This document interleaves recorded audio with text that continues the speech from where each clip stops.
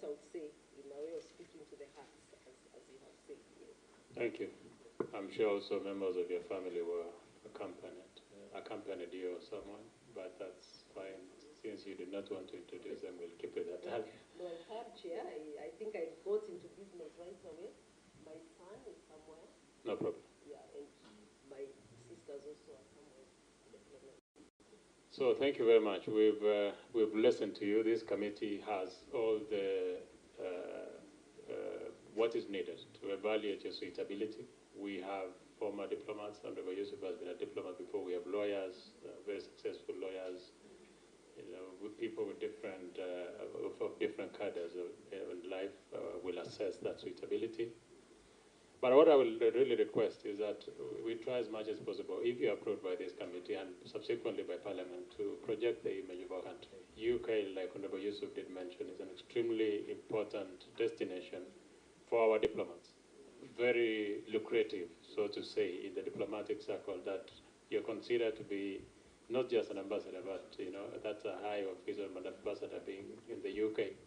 Yesterday we had a meeting with the US ambassador to Kenya.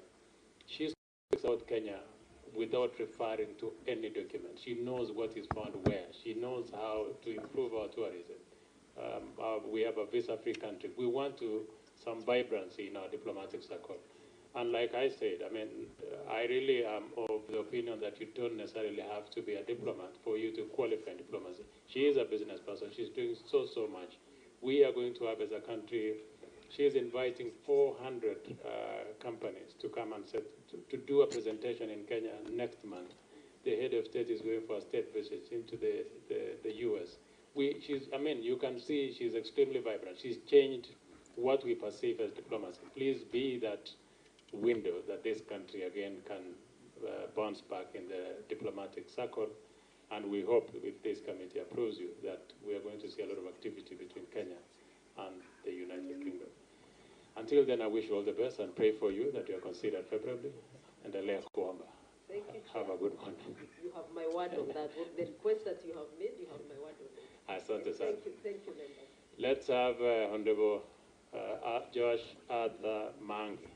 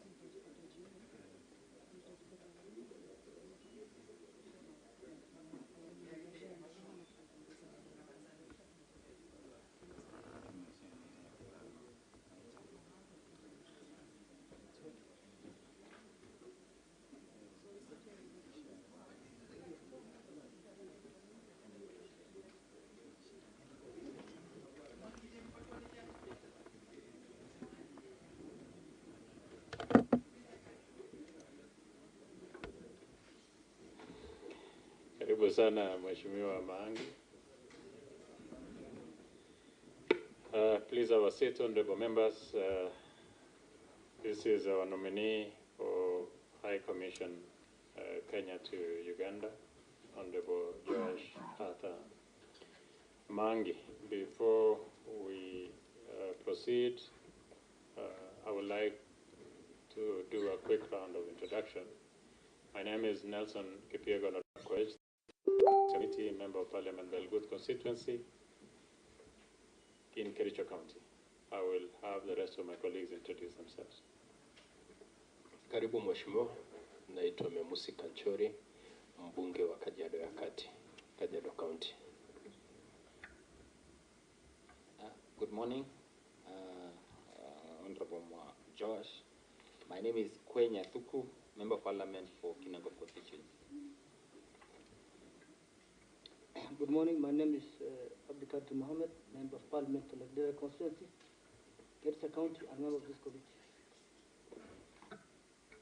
Good morning all. I'm Moses Kirima, MP Central Menti, Meru County. My name is Yusuf Hassan. I am the MP for Kamkunji, Nairobi County, and a member of this committee. Ask our clerk to make a quick introduction of himself and to acknowledge the rest of the technical team. Thank you, Chair. My name is Dennis Mogare, a committee clerk, and I'm accompanied by 7 members of parliamentary staff. Please proceed and administer the oath.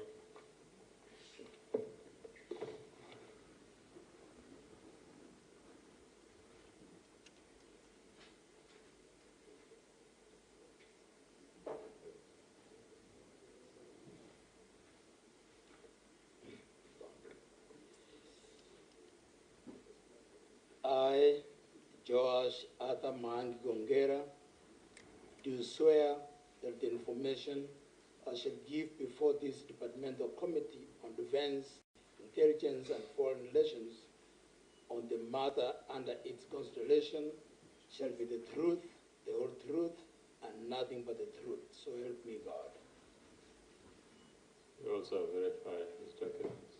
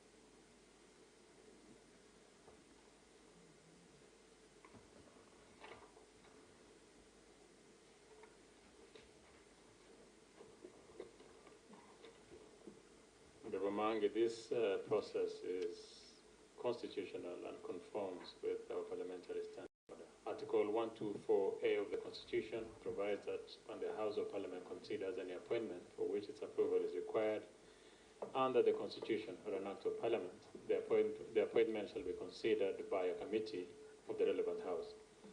The Departmental Committee on Defense, Intelligence and Foreign Relations is established pursuant to Article 1241 of the Constitution, Standing Order number 216. The National Assembly Standing Order 216 spells out the mandate of the Departmental Committee, which includes to vet and report all appointments where the Constitution or any law requires that the National Assembly approve. Further, the second schedule of the Standing Order allocates the committee, among others, to oversight foreign relations, diplomatic and consular services, and international relations.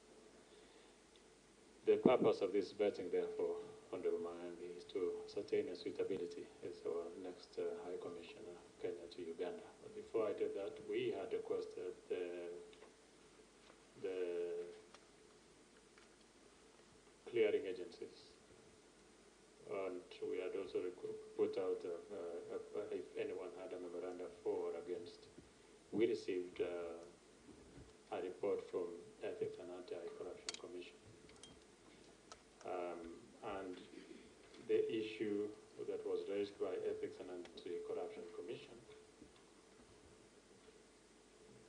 was that was a recommendation to charge. This is what Ethics and Anti-Corruption Commission did say about you. A recommendation to charge Joash Maangi and other persons was made in a matter relating to national housing project to the Director of Public Prosecution. However, the DPP returned the file to EACC for further investigations, which is ongoing. Honorable members, I would like to say this. This is a legal opinion. Article 157.6 of the Constitution provides that the Director of Public Prosecution may exercise state powers of prosecution and may institute criminal proceedings against any person. Further, Section 23 of the Office of the Director of Public Prosecution Act provides that it shall be the function of the Director to decide to prosecute or not to prosecute in relation to an offense and to institute conduct and control prosecutions for any offense. Therefore, it is a prerogative of the DPP to prosecute against any person, usually after investigations have been concluded. In Kenya, criminal proceedings are instituted by prosecution through charges against an accused person by dint of Article 157 of the Criminal Procedure Code, Cap 75. Article 50 of the Constitution provides that the accused person has the right to be presumed innocent until proven guilty. In this case, the nominee, in the legal opinion's view, are not accused persons, since no charges have been preferred against them by the DPP. Chapter 6 of the Constitution focuses on leadership and integrity, and Article 73, sub-Article 2A, provides that the guiding principle of leadership and integrity includes selection on the basis of personal integrity. The integrity of the nominees at the time of this vetting process has not been challenged by any court of law. It is for that reason and because of precedents that I will then allow you to proceed. But later, when this team retreats to consider your suitability, this matter will come up to discussion, and it will be upon the members of this committee and subsequently Parliament to see if in that evaluation you are fit to hold this office. So I will allow you to proceed, Honorable Maangi, and in less than 15 minutes, give us. Is it proceed? On ACV, page 2 is missing. I think has some crucial information. Please provide page 2 as we continue. But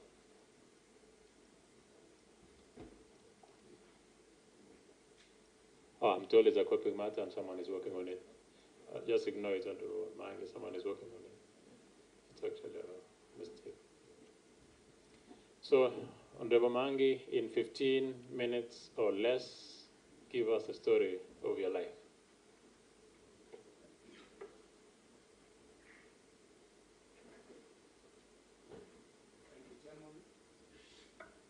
Thank you, Chairman, Honorable Chairman, and honorable members of this committee.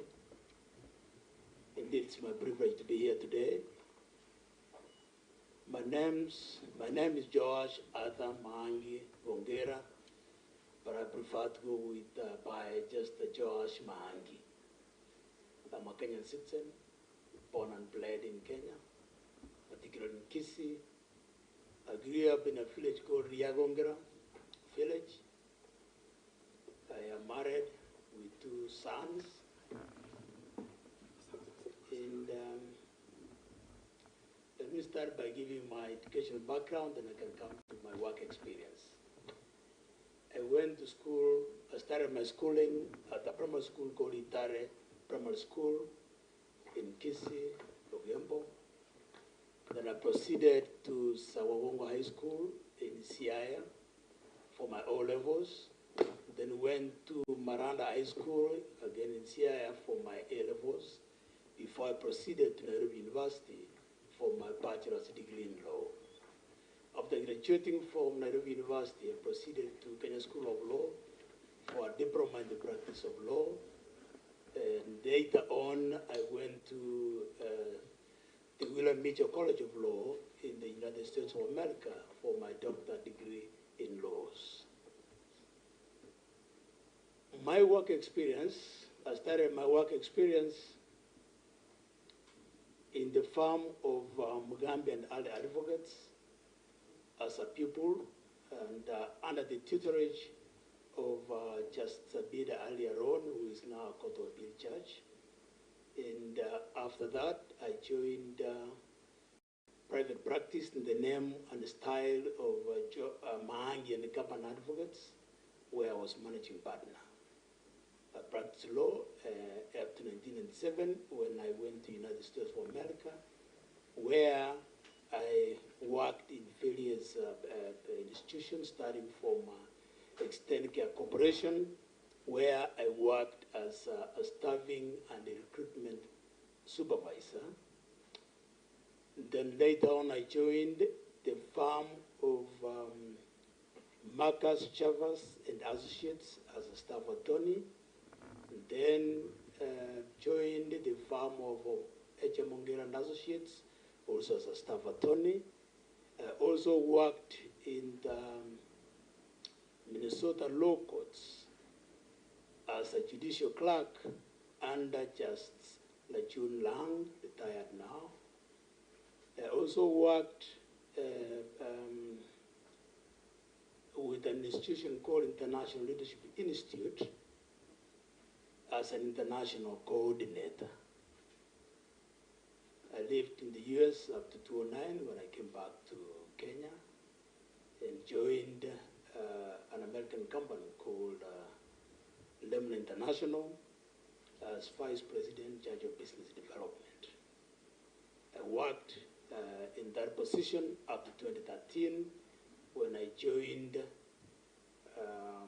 politics and became Deputy Governor of Gusii County, where I served for 2 terms. In the course of my service as Deputy Governor of Gusii County, I was privileged to chair the Deputy Governor's Forum for 2 terms, and I served up to 2022. From 2022 up to now, I've been a consultant, a legal consultant with the firm of Migos Ogamba and the Waudo Advocates. Now,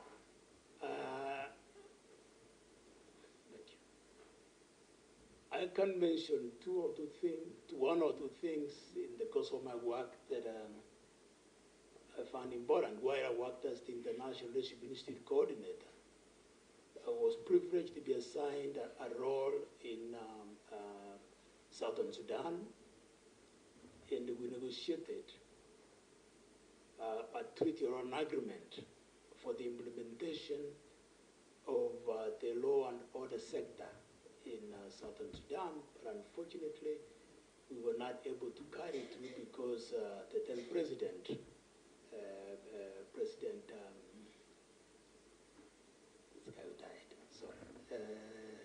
John Garang, President John Garang died before we could implement, and we were not able to implement.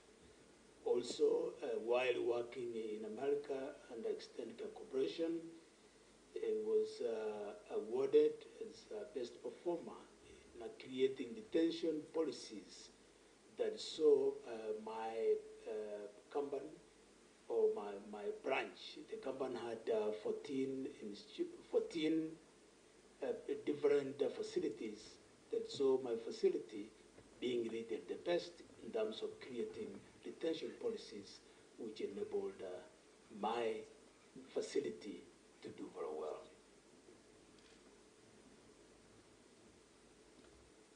Is that it? Yes. Good. That was brief and precise. I will then proceed to ask you these questions, Honorable Maangi. Have you complied with the tax obligations of the state? Yes, I have. Have you complied with clearance by the DCI? Yes, Chairman. Of course, have you complied with clearance from the Office of the Registrar of Political Parties? Yes. Yes, Chairman. Clearance from the Higher Education Loans Board?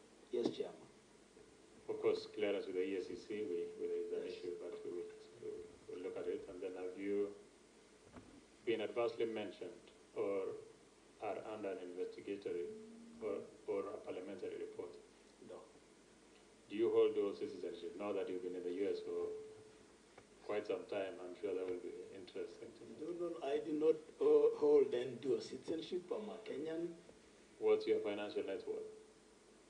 I will estimate it at about 690 million. Anticipated source of income?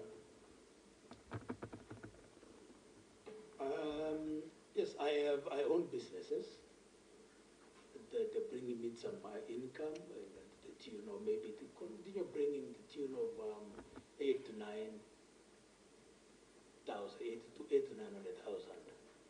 monthly. Thank you very much. I will then allow my honorable colleagues to ask you questions. Honorable Yusuf will go first. Please proceed. Thank you, Chair, and congratulations to Deputy Governor Maangi for your nomination by the President to this position as our nominated High Commissioner for Uganda.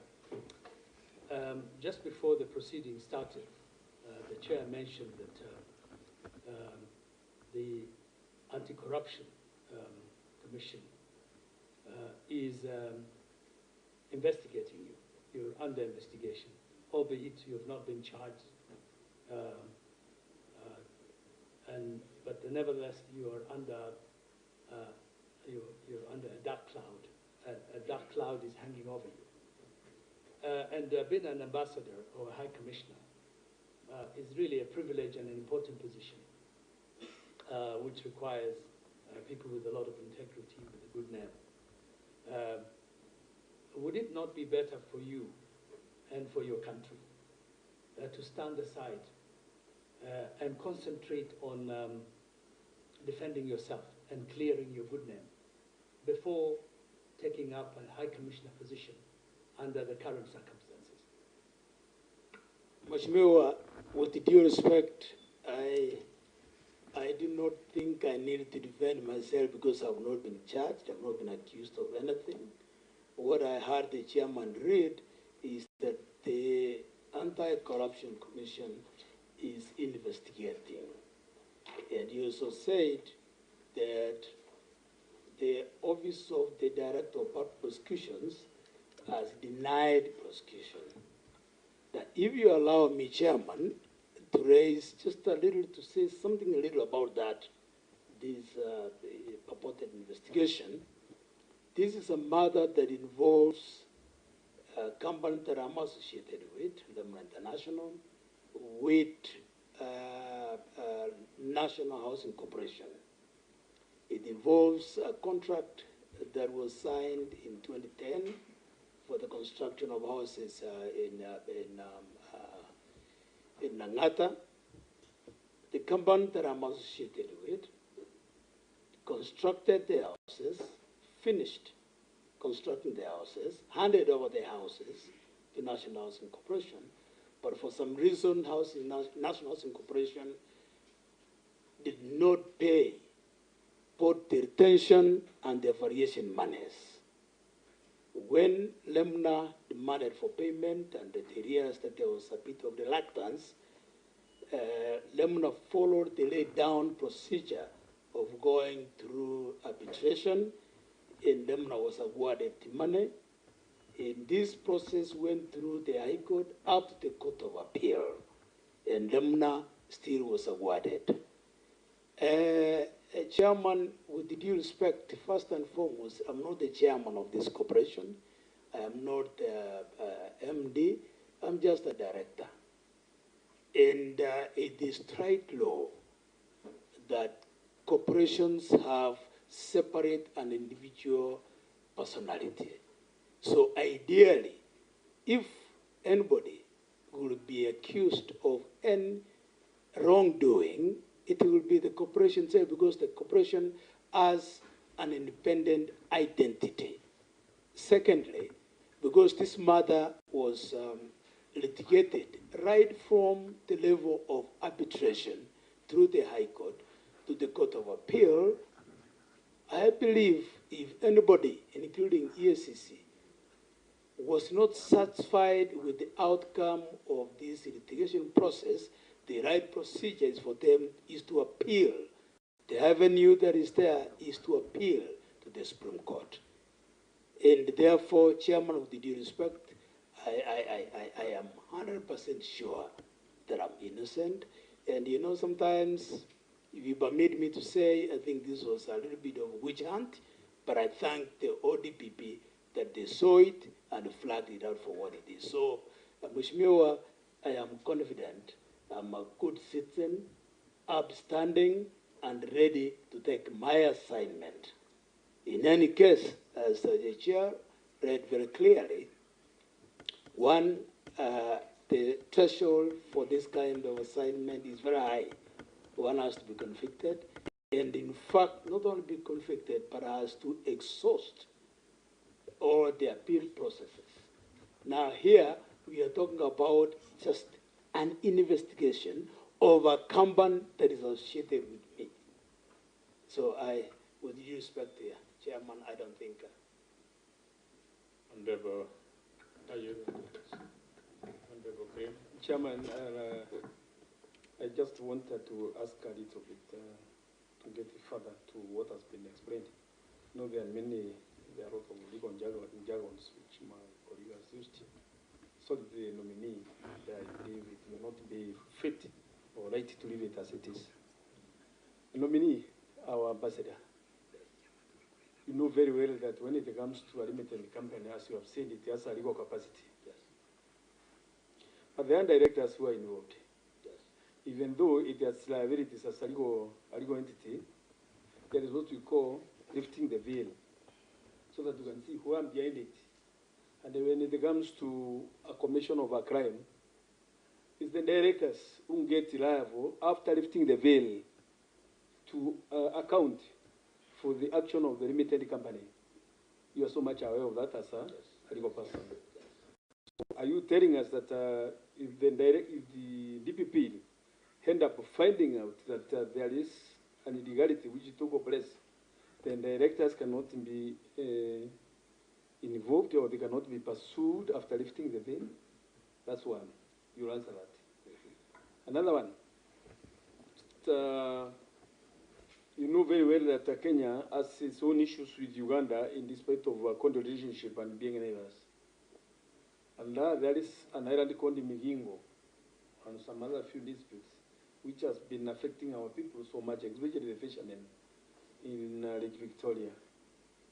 Now, taking into account that you come from Gusii, which is not very far from Migori or the Suba or the place neighboring Migingo Island, what prowess or what criteria, what method are you going to use to make sure that the dispute which involves Kenya fishermen and the Uganda security men now and then is going to be solved amicably, or we will not continue to have more arrests, subjecting our people to inhuman suffering, which they undergo in the hands of the Ugandan security men.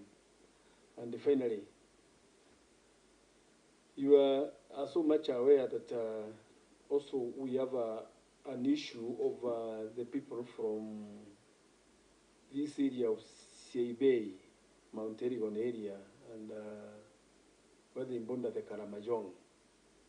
Our people, when they go to graze to Uganda, our pastoralists, when they cross over, because there is no border per se, like we have a fence or like a stone wall boundary, they go there without knowing that they have transcended the boundary.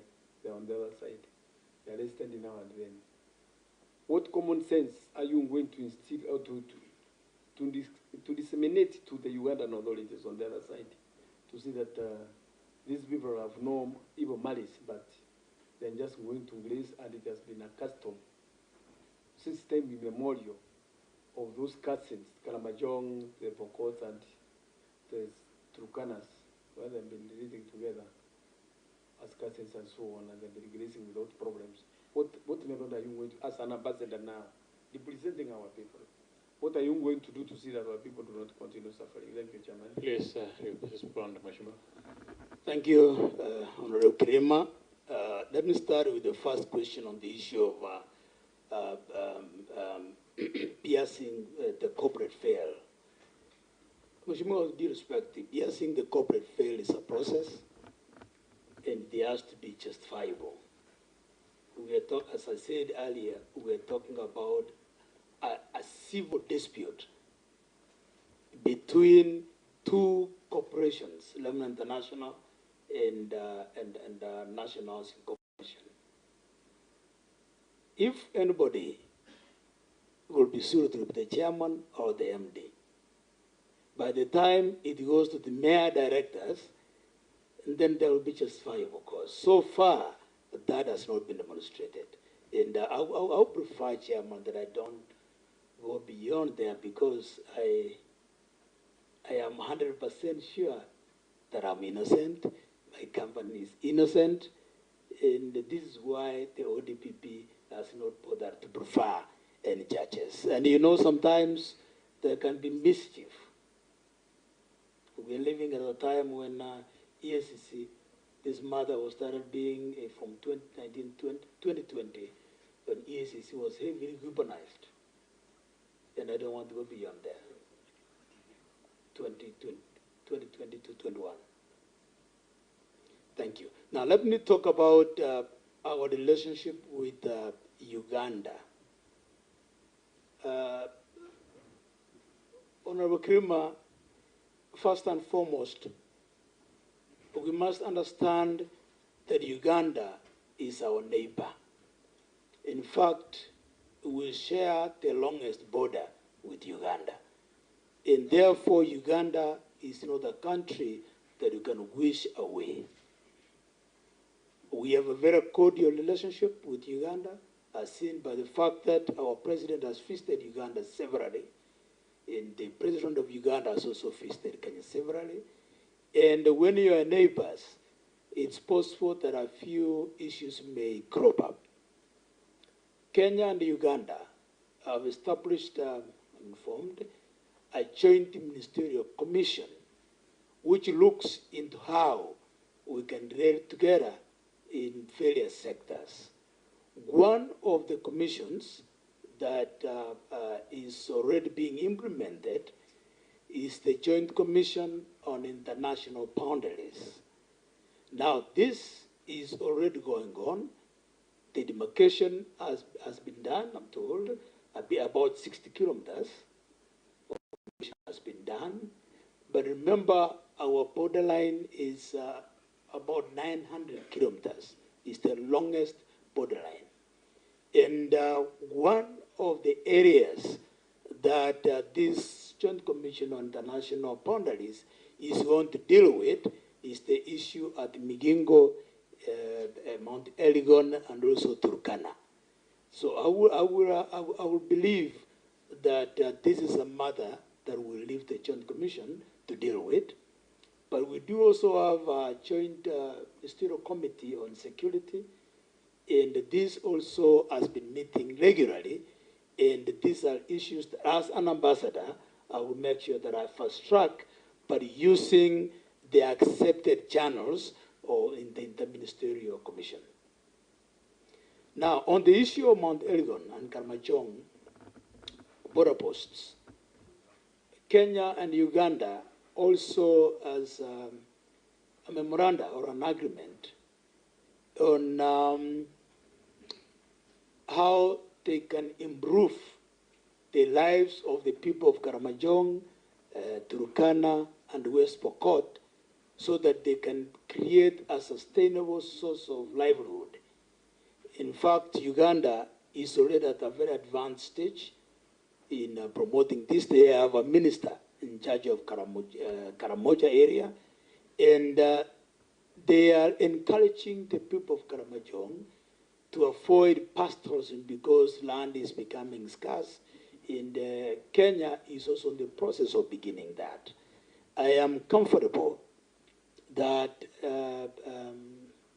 during my stay as High Commissioner to Uganda, Kenya will also initiate the process of improving, creating a sustainable source of livelihood for the people on the border. That is right from Mount Elgon to Turkana in West Pokot. Thank you. Abdikadir. Thank you, Chair. Karibu, Governor. My question is on trade and also about something to do with the income. The first question is, Uganda is an important trade partner with Kenya. And of late, Uganda has been complaining about not being treated well by Kenya, especially on trade matters. And they are trying to now move to Tanzania. How do you want to mend this relationship, which seems to be having a problem? Secondly, about your income, I think there's some inconsistency that I've noticed. Because you said, I own business which will continue gathering about 900,000 Kenya shillings monthly. Yeah. Down here, for the last 1 year, your income has been around, I think it's about 23, no, it's more than that. I think it's 25 billion. That's more than 2 million per month. And then down there, you're worth about 690 million. 90 million Kenya shillings. About? Yeah, but your net worth is about 690 million shillings. Yeah. Now, if you look at it, somebody worth 200 billion shillings will not be getting 900 billion shillings, 900,000 monthly income from that kind of. So can you explain this inconsistency in your income? Yes. And then also, I think it's the first time you're meeting, but my perception about you, yes, especially when it comes to press and this kind of thing, media, that you're not a team player, especially in Gusii. You're not a team player, because what I'm talking about is what I see from media. So can you explain that? What is the problem between you and I think that time was, I think, the governor of Gusii? Was that just a media thing, or you can give us an explanation on that? Thank you. Proceed, Honorable Maangi. Thank you very much, Chairman. Mheshimiwa, let me start by talking about Uganda not being treated well. As I said earlier, Uganda is a country that we cannot wish away. It's our most important trading partner. In fact, we are also the most important trading partner to Uganda. We exchange a lot of goods. And some of the goods that we exchange with Uganda is petroleum products. And I think that's the area you are asking about, Uganda not being comfortable. I am aware that sometime, I think in 2019, there was somewhere there, or 2020, I may not remember the exact time, but Uganda did request Kenya through EBRA to issue the Uganda National Oil Corporation for licenses to trade in oil in Kenya. Now, this was denied, and in fact, somebody went to court in Machakos, and the court ruled against it. And Uganda has appealed to the East African Court of Justice on this matter. Now, Uganda, the best of my knowledge, while this is being handled, I believe the East African Court of Justice will give a favorable ruling, but in the meantime, we will have to wait for these organs. To remember, the East African Court of Justice is one of the major organs of the East African, the EAC, and we must give it a chance to finish. Now, is Uganda unhappy? Now, I will tell you that in the process of discussing with the officers in foreign affairs, the judge of the African desk, I came to learn that sometimes what is reported is not necessarily true. On the issue of, like the issue of the pipeline and the oil, Kenya and Uganda are working very closely together. They are working very closely together. And I believe as soon as the East African pipeline, which is owned by Uganda, Tanzania, Total Oil, and some company from China, once that is completed, chances are that we don't have all these challenges. So this is work in progress. And again, this is also one of the issues that is being handled in the Joint Ministerial Commission, particularly in the sector of oil. Now, so your second question was about the inconsistency of my income. Yes, I know from where I read that, we were reporting under under oath, isn't it? So I didn't want to lie. I said exactly what I made last year. Now, last year there was a little bit hike. There was a little bit hike because of a one-off payment. There was a one-off payment. As I said, a company that I was associated with had not been paid for a long time. So finally, when it was paid, I was paid what had been owed for like 6 years, 7 years. My allowances, my out-of-pocket expenses, and that. But that was one-off. That is going to continue coming. That was one-off, and it's because I had been owed from 2014 to 2022 to last year. So it was one-off. There was a lump sum payment, one-off, and it's never going to happen again. That's the difference. Now, you say the income of 690 million is a bit high net worth as compared to the income of 800 now, because some of these properties are not income generating. I own 3 homes. I have a home in Gusii, in Nairobi, and in Minnesota, America, where my children live. And these are not income generating properties, but when you are listing your net worth, you will include them. And that will be the reason why it may appear high, and yet the income, the monthly income is low. Now, you have also asked me about not being a team player. I think that's news for me. I think that is really news because if you spoke to people in Gusii, they will tell you if there's anybody who is a team player in politics of Gusii, it's Maangi. I do know, maybe you are referring to some of the reported incidences where we had challenges with my governor, but let me tell you, Mheshimiwa, in fact, probably I was the only deputy governor who didn't have much problems with my governor. If you look at what is happening now, I think my success has been impeached already. And so it is something that maybe this country needs to address. There's very bad relationship between governors and their deputy governors.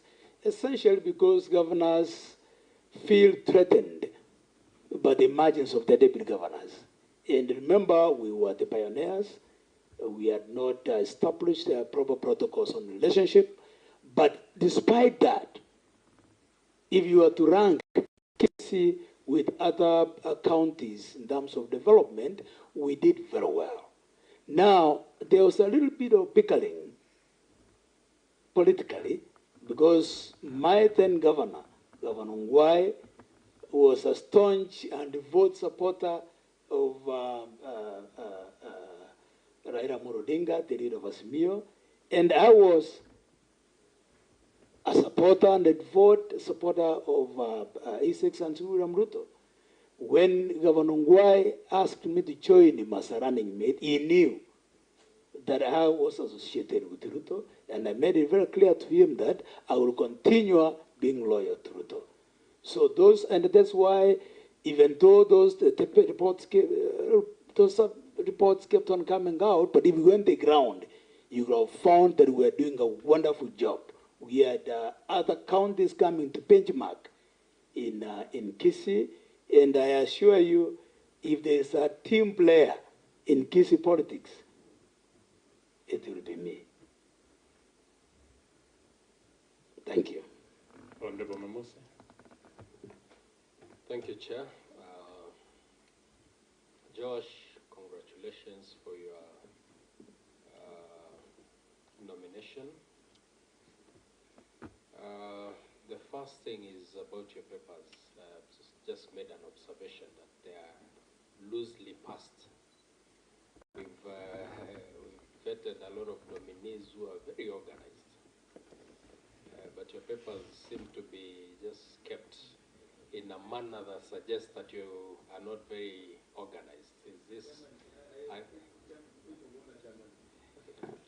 Let the honorable member explain to us what he means by loosely kept disorganized. I think you understand. You are able to read them and you are able to see them. I think you understand what I mean. But does this reflect your kind of organization? You will be handling a mission that you are the person in charge. What would you tell us about your organization? And also, recently, IGAD signed off a treaty called Transhumance. And this is a treaty that allows pastoralists from Uganda, Kenya, Tanzania has not boarded, Sudan. It allows movement between pastoralists in these countries. What do you think about this treaty, and how would you make sure that the same is functional? I've also made an observation on your referees. You are well traveled. You've lived in the US, but when I look at your referees, they're all from one community. Is there other person who knows you, who you could put, who is not a member of your community? Thank you. Please proceed and respond. Thank you, Chairman. Mheshimiwa Memus, I want to agree with Mheshimiwa Honorable Kremer that I do not understand what you mean by papers being loosely, because these are papers, separate papers. Maybe I would tell you that your papers are not well kept. They should be in a folder or something. Yeah. If one paper was left in one of the desks here, how would you account for that? It does not show good organization. But Memus, we are talking about original documents, a certificate like this one. How do you want me to step on it and put in a really? These are separate documents. Easy, Honorable Maangi, just say you are organized. Simple. Otherwise, it will go back and forth. Your approach is actually argumentative. Thank you. I think you know what that means in law. I'm very organized, and you know organization can be seen even if you look at me, don't I look organized? Surely. That's what I like touch. And I'm sorry if the papers were a little bit confusing, but because I didn't want to step on them because they're original documents, original certificates. Now, before I talk about IGAD, let me talk about my referees being from one community. Mheshimiwa Memuzi, I am not sure if there's anything wrong in having referees from one community. I have friends from everywhere, very good friends.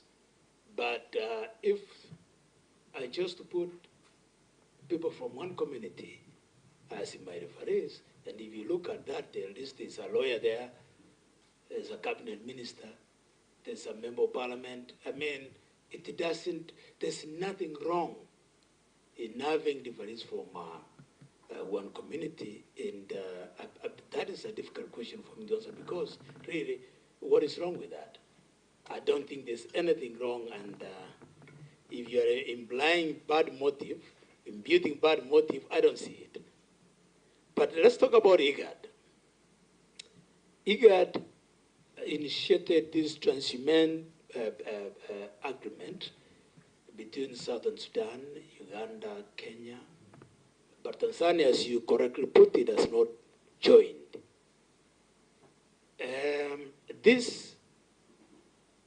The objective of this agreement was to avoid or to stop the cross-border wars that have been taking place between the Karamojong, the Turkana, the West Pokot, and there's that tribe also up there in Southern Sudan. I've just forgotten the name. Tikiri, is it something like that up there? But the main driving force was to make sure that when they cross over, there should be no fight. There should not be fighting. There should be free movement. Now, Mheshimiwa, there are two things I would like to note. Number one, Kenya and Uganda is working on stopping pastoralism. We do not have enough land to allow pastoralism in that area. So while this treaty was signed, there's another treaty. There's another cross-border. Did I hear the nominee right, that Kenya is working to stop pastoralism? To provide the pastoralists in Turkana with a sustainable sources of livelihood, so that when we'll have scarcity of land and scarcity of grasses, then the people will not suffer. Alternative source of income, alternative source of livelihood. Now,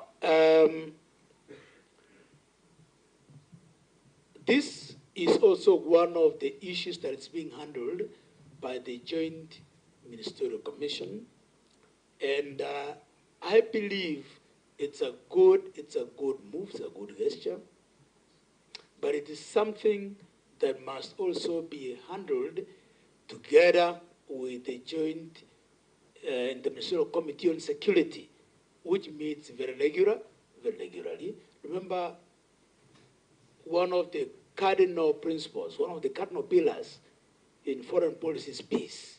Without peace, we have no country. So this is a matter that touches on peace and regionalism, and I believe, as an ambassador, I will work hard in making sure that this is implemented. Honorable Joash Maangi, in your final pitch, we've listened to you. Yes. Now, speak to our hearts to consider you favorably. Thank you. Chairman, I come before you in your committee with humility. I feel privileged having been appointed by the President. And I believe this job, one may want to ask, as you have asked, why me?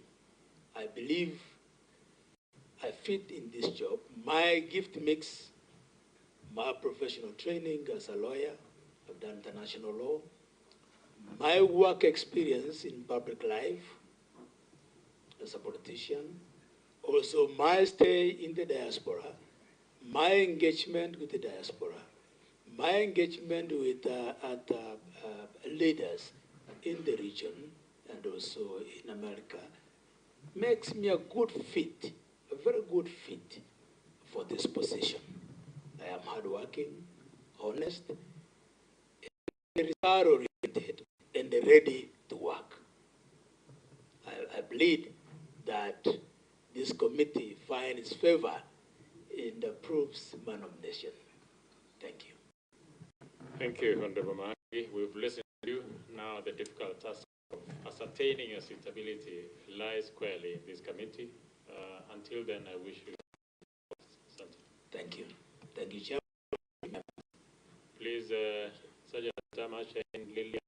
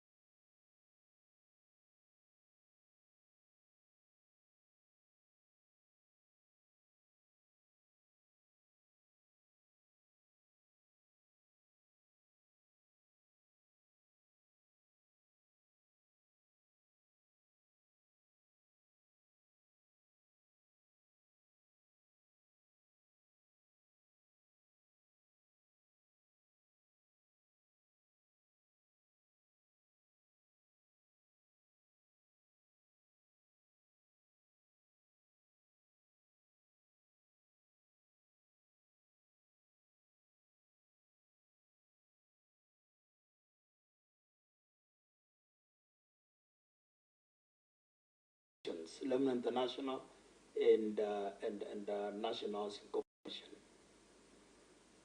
If anybody will be sued to be the chairman or the MD, by the time it goes to the mayor directors, then there will be justifiable cause. So far, that has not been demonstrated. And I prefer, Chairman, that I don't go beyond there because I am 100% sure that I'm innocent, my company is innocent, and this is why the ODPP has not bothered to prefer any judges. And you know, sometimes there can be mischief.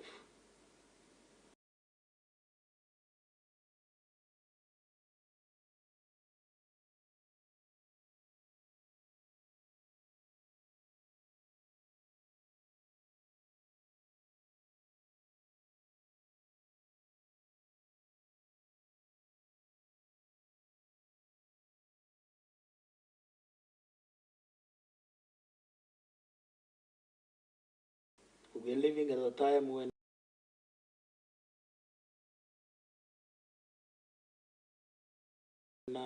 ESCC, this matter was started being from 2020, when ESCC was heavily weaponized. And I don't want to go beyond there. 2020 to 21. Thank you. Now let me talk about our relationship with Uganda. Honorable Krima, first and foremost, we must understand that Uganda is our neighbor. In fact, we share the longest border with Uganda. And therefore, Uganda is not a country that you can wish away.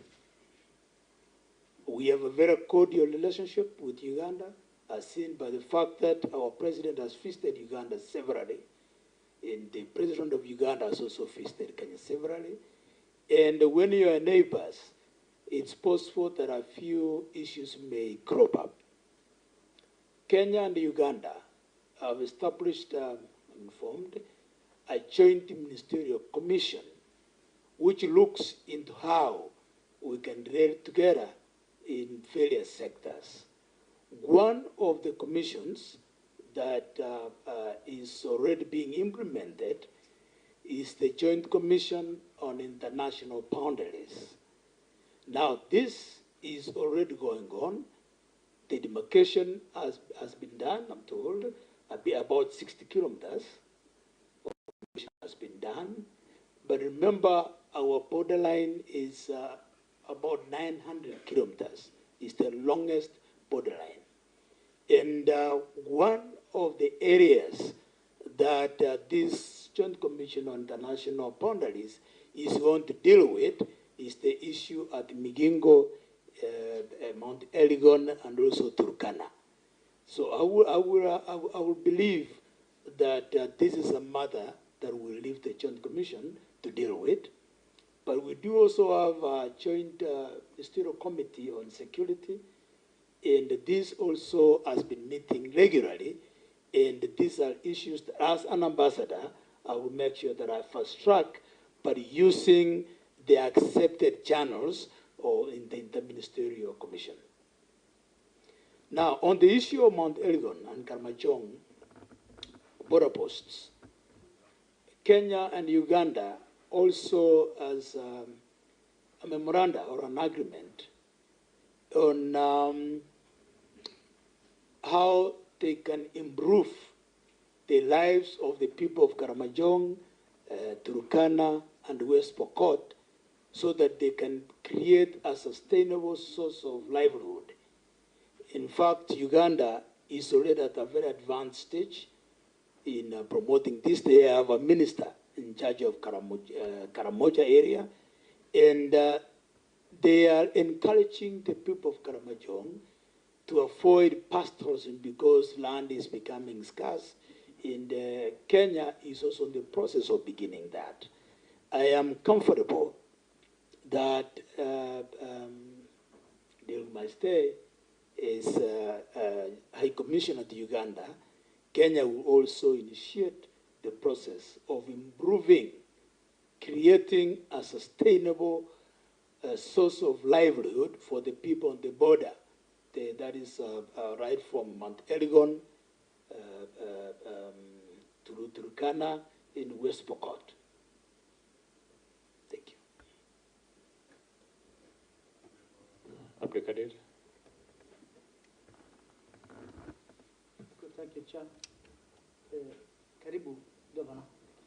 My question is on trade and also about something to do with the income. The first question is, Uganda is an important trade partner with Kenya. And of late, Uganda has been complaining about not being treated well by Kenya, especially on trade matters. And they are trying to now move to Tanzania. How do you want to mend this relationship, which seems to be having a problem? Secondly, about your income. I think there's some inconsistencies that I've noticed. Because you said I own business which will continue gathering about 900,000 Kenya shillings monthly. Yeah. Down here, for the last 1 year, your income has been around, I think it's about 23, no, it's more than that. I think it's 25 billion. That's more than 2 million per month. And then down there, you're worth about 690 million. 90 million Kenya shillings. About? Yeah, but your net worth is about 690 million shillings. Yeah. No, if you look at it, somebody worth 200 billion shillings will not be getting 900 billion shillings, 900,000 monthly income from that kind of. So can you explain this consistency in your income? Yes. then also, I think it's the first time I'm meeting, but my perception about you, Yes. especially when it comes to press and this kind of thing, media, that you're not a team player. Especially in Gusii, you're not a team player. Because what I'm talking about is what I see from media. So can you explain that? What is the problem between you and I think that time was, I think, the governor of Gusii. Was that just a media thing, or you can give us an explanation on that? Thank you. Proceed, Honorable Maangi. Thank you very much, Chairman. Mheshimiwa, let me start by talking about Uganda not being treated well. As I said earlier, Uganda is a country that we cannot wish away. It's our most important trading partner. In fact, we are also the most important trading partner to Uganda. We exchange a lot of goods. And some of the goods that we exchange with Uganda is petroleum products. And I think that's the area you are asking about, Uganda not being comfortable. I am aware that sometime, I think in 2019, there was somewhere there, or 2020, I may not remember the exact time, but Uganda did request Kenya through EBRA to issue the Uganda National Oil Corporation for a license to trade in oil in Kenya. Now, this was denied, and in fact, somebody went to court in Machakos, and the court ruled against it. And Uganda has appealed to the East African Court of Justice on this matter. Now, Uganda, to the best of my knowledge, while this is being handled, I believe the East African Court of Justice will give a favorable ruling, but in the meantime, we will have to wait for these organs. To remember, the East African Court of Justice is one of the major organs of the East African, the EAC, and we must give it a chance to finish. Now, is Uganda unhappy? Now, I will tell you that in the process of discussing with the officers in foreign affairs, the judge of the African desk, I came to learn that sometimes what is reported is not necessarily true.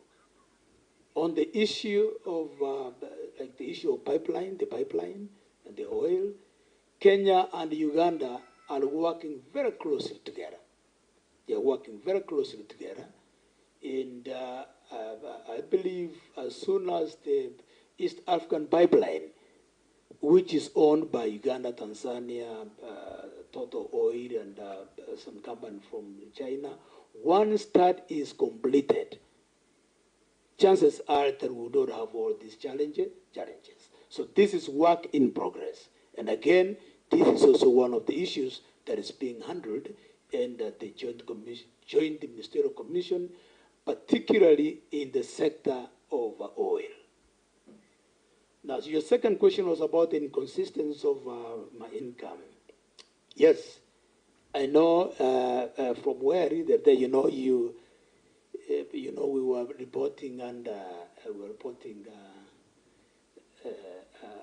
under oath, isn't it? So I didn't want to lie. I said exactly what I made last year. Now, last year there was a little bit hike. Because of a one-off payment. There was a one-off payment. As I said, a company that I was associated with had not been paid for a long time. So finally, when it got paid, I was paid what had been owed for like 6 years, 7 years. My allowances, my out-of-pocket expenses and that. But that was one-off. That is going to continue coming. That was one-off, and it's because I had been owed from 2014 to 2022, to last year. So it was one-off, there was a lump sum payment, one-off, and it's never going to happen again. That's the difference. Now, you say the income of 690 million is a bit high net worth as compared to the income of 800 now. Because some of these properties are not income generating. I own 3 homes. I have a home in Gusii, in Nairobi, and in Minnesota, America, where my children live. And these are not income generating properties, but when you are listing your net worth, you will include them. And that will be the reason why it may appear high, and yet the income, the monthly income is low. Now, you have also asked me about not being a team player. I think that's news for me. I think that is really news because if you spoke to people in Gusii, they will tell you if there's anybody who is a team player in politics of Gusii, it's Maangi. I do know, maybe you are referring to some of the reported incidences where we had challenges with my governor, but let me tell you, Mheshimiwa, in fact, probably I was the only deputy governor who didn't have much problems with my governor. If you look at what is happening now, I think my success has been impeached already. And so it is something that maybe this country needs to address. There's very bad relationship between governors and their deputy governors, essentially because governors feel threatened by the emergence of the deputy governors. And remember, we were the pioneers. We had not established proper protocols on relationship. But despite that, if you are to rank Gusii with other counties in terms of development, we did very well. Now, there was a little bit of bickering politically because my then governor, Governor Ngwai, was a staunch and devout supporter of Raila Amolo Odinga, the leader of Azimio, and I was a supporter and a devout supporter of His Excellency William Ruto. When Governor Ngwai asked me to join him as a running mate, he knew that I was associated with Ruto, and I made it very clear to him that I will continue being loyal to Ruto. So and that's why, even though those reports kept on coming out, but if you went on the ground, you would have found that we are doing a wonderful job. We had other counties coming to benchmark in Gusii, and I assure you, if there's a team player in Gusii politics, it will be me. Thank you. Honorable Mamuse. Thank you, Chair. Josh, congratulations for your nomination.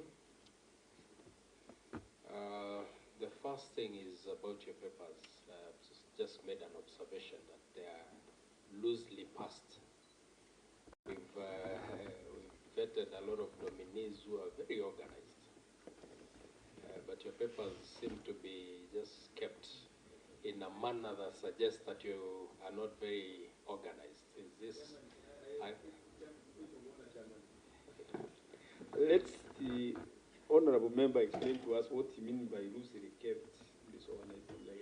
I think you understand. You are able to read them and you are able to see them. I think you understand what I mean. But does this reflect your kind of organization? You'll be handling a mission that you are the person in charge. What would you tell us about your organization? And also, recently, IGAD signed off a treaty called Transhumance. And this is a treaty that allows pastoralists from Uganda, Kenya, Tanzania has not boarded, Sudan. It allows movement between pastoralists in these countries. What do you think about this treaty, and how would you make sure that the same is functional. I've also made an observation on your referees. You are well traveled.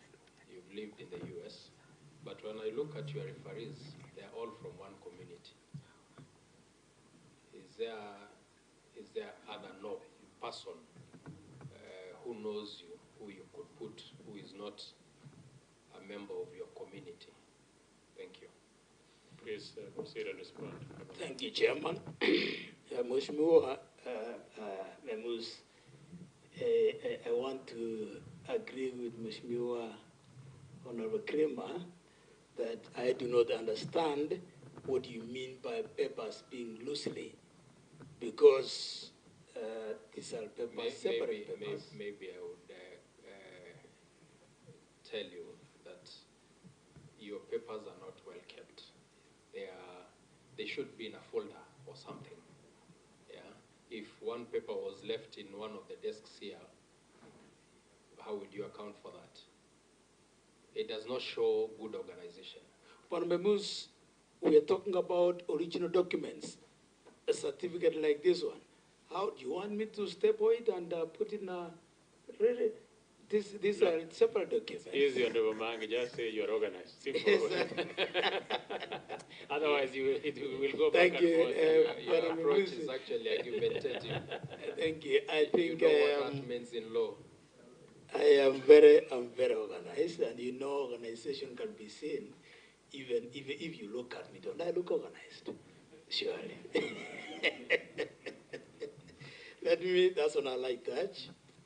And I'm sorry if the papers were a little bit confusing, but because I didn't want to step on them because they're original documents, original certificates. Now, before I talk about IGAD, let me talk about my referees being from one community. Mheshimiwa Memus, I am not sure if there's anything wrong in having referees from one community. I have friends from everywhere. Very good friends. But if I just put people from one community as in my referees, and if you look at that, there is a lawyer there, there's a cabinet minister, there's a member of parliament. I mean, there's nothing wrong in having referees from one community, and that is a difficult question for me to answer, because really, what is wrong with that? I don't think there's anything wrong, and if you're implying bad motive, imputing bad motive, I don't see it. But let's talk about IGAD. IGAD initiated this transhumant agreement between Southern Sudan, Uganda, Kenya, but Tanzania, as you correctly put it, has not joined.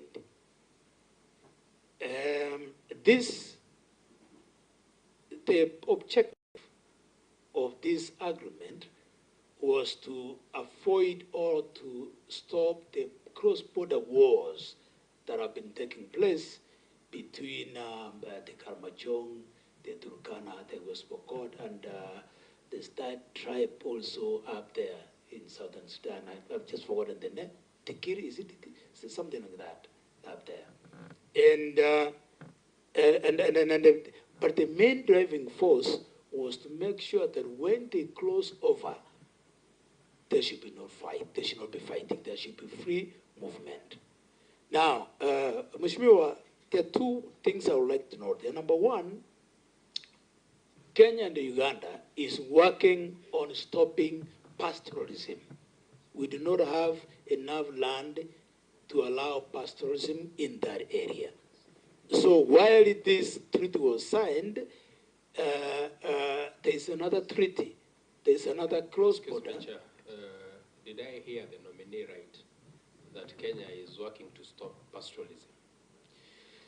To provide the pastoralists in Turkana with a sustainable sources of livelihood, so that when we'll have scarcity of land and scarcity of grasses, then the people will not suffer. alternative source of income, alternative source of livelihood. Now,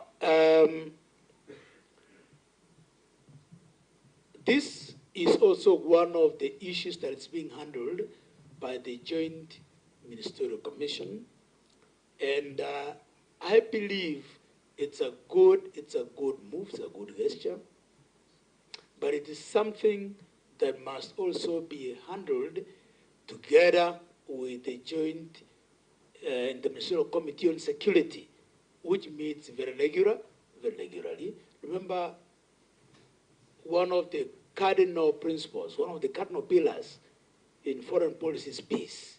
Without peace, we have no country. So this is a matter that touches on peace and regionalism, and I believe, as an ambassador, I'll work hard in making sure that this is implemented. Honorable Joash Maangi, in your final pitch, we've listened to you. Yes. Now, speak to our hearts to consider you favorably. Thank you. Chairman, I come before you in your committee with humility. I feel privileged having been appointed by the President.